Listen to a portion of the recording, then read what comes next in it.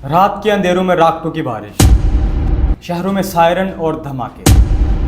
ناظرین، آج ہم کسی فلم کے سینز کی بات نہیں کر رہے، آج ہم بات کر رہے ہیں مشرق وسطیٰ کی، یعنی اس وقت پرانے دشمن جو سالوں سال سے ایک دوسرے کی جان کے دشمن ہیں، جو ایک دوسرے کا نام صفحہ ہستی سے مٹانا چاہتے ہیں، وہ دونوں دشمن ایک دوسرے کے سامنے آ چکے ہیں۔ یعنی آج ہم بات کر رہے ہیں ایران اور اسرائیل کانفلکٹ کی۔ کیا دنیا تیسری جنگ عظیم کے دہانے پر ہے؟ اسرائیل نے ایران پر جب حملہ کیا، ایران نے ایسا کیا کیا جو آج تک اس نے کبھی نہیں کیا تھا؟ یعنی آج ہم ان پوائنٹس کو جاننے کی کوشش کریں گے کہ کیسے ہوا، اسرائیل نے کیسے 200 لڑاکا طیاروں کے ساتھ ایران پر حملہ کیا اور ایران کو اس کی ہوا تک نہ لگی، پھر اس کے جواب میں کیسے ایران نے اس پر حملہ کیا اور ان کے یروشلم کو، تل ابیب کو نشانہ بنایا۔ ان تمام چیزوں کو آج ہم ڈیٹیل سے جاننے کی بھرپور کوشش کریں گے۔ ناظرین، یہ بات ہے 13 جون کی رات کی، جب اسرائیل نے ایران پر 100 سے زائد مقامات پر حملہ کیا، یعنی اس میں 200 سے زائد اس کے لڑاکا طیاروں نے شرکت کی۔ ناظرین، ایک سب سے بڑا پوائنٹ ادھر یہی ایک میں پوائنٹ کلیئر کرنے کی کوشش کروں گا کہ اتنا زیادہ فاصلہ ہے ایران اور اسرائیل کا، 2000 کلومیٹر سے زائد کا فاصلہ ہے یہ۔ اس میں جب اس نے حملہ کیا، اسرائیل نے ایران کے اوپر 200 سے زائد لڑاکا طیارے، یعنی یہ لڑاکا طیارے بڑا وزن لے کے ایران کی طرف آتے ہیں، بڑے بڑے میزائل، بڑے بڑے بوم اس میں ہوتے ہیں اور ان کو ریفل کرنے کی ضرورت ہوتی ہے۔ یعنی کس اسلامی ملک میں لینڈ کر کے انہوں نے اپنے اسلامی ملک ایران پر حملہ کرنے دیا، پھر واپس جاتے ہوئے کسی اسلامی ملک میں لینڈ کیا اور لینڈ کرنے کے بعد وہ واپس چلے گئے۔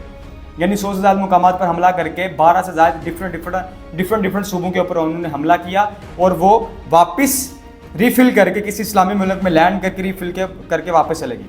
ناظرین، ان میں جو ٹارگٹ کیے گئے تھے ایریا، وہ ایریاز کیا تھے؟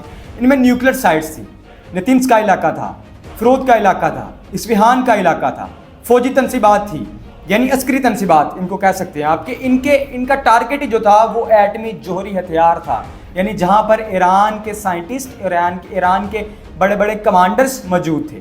یعنی اس میں جو انہوں نے ایرانی کمانڈرز کو، ایرانی سائنسدانوں کو نشانہ بنایا، ان میں deputy commander Gholam Ali, general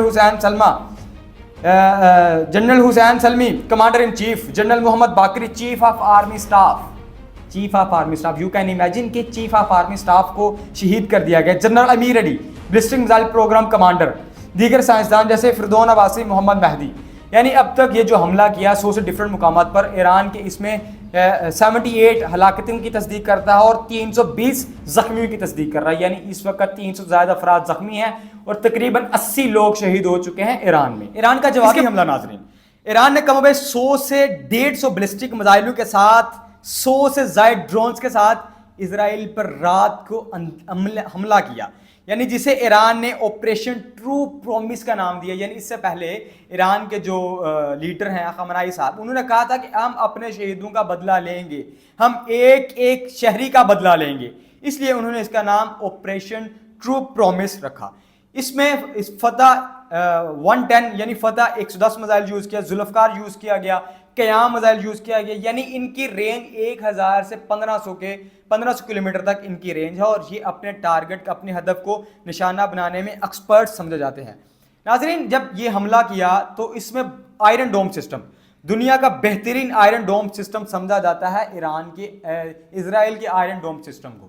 یعنی جب تل ابیب پر، یروشلم پر 150 سے زائد بلسٹک میزائل، 100 سے زائد ڈرونز نے حملہ کیا تو ادھر سے ان کا ہمدرد، ان کا بھاپ امریکہ، جناب ان کے والد صاحب پہنچ چکے۔ انہوں نے اپنے آئرن ڈوم سسٹم سے بھی ایران کے کافی میزائل کو رستے میں روکا، پھر اسرائیل نے اپنے آئرن ڈوم سسٹم کی مدد کے تحت بہت سے میزائل کو روکا، لیکن اس کے باوجود بھی ایران کے 20 سے زائد میزائل اپنے ٹارگٹ کو، ہدف کو نشانہ بنانے میں کامیاب رہے، جس کے نتیجے میں 2 ہلاکتیں ہوئیں اور 40 سے زائد افراد زخمی ہیں اور 5 سے زائد عمارتیں بالکل تباہ ہو چکے ہیں۔ یعنی کوئی امیجن نہیں کر رہا تھا کہ ایران اتنے ہزاروں کلومیٹر دور بیٹھ کے اپنے بلسٹک میزائل داغے گا اور اسرائیل کے تک وہ پہنچیں گے اور اپنے ہدف کو نشانہ بنائیں گے۔ یعنی اب تک جو نہیں ہوا تھا اب وہ ہونا شروع ہو چکا ہے۔ یعنی اب صورتحال اور ان کا رد عمل کیا ہے، ناظرین، اس پہ بھی ہم نظر ڈالنے کی کوشش کریں گے۔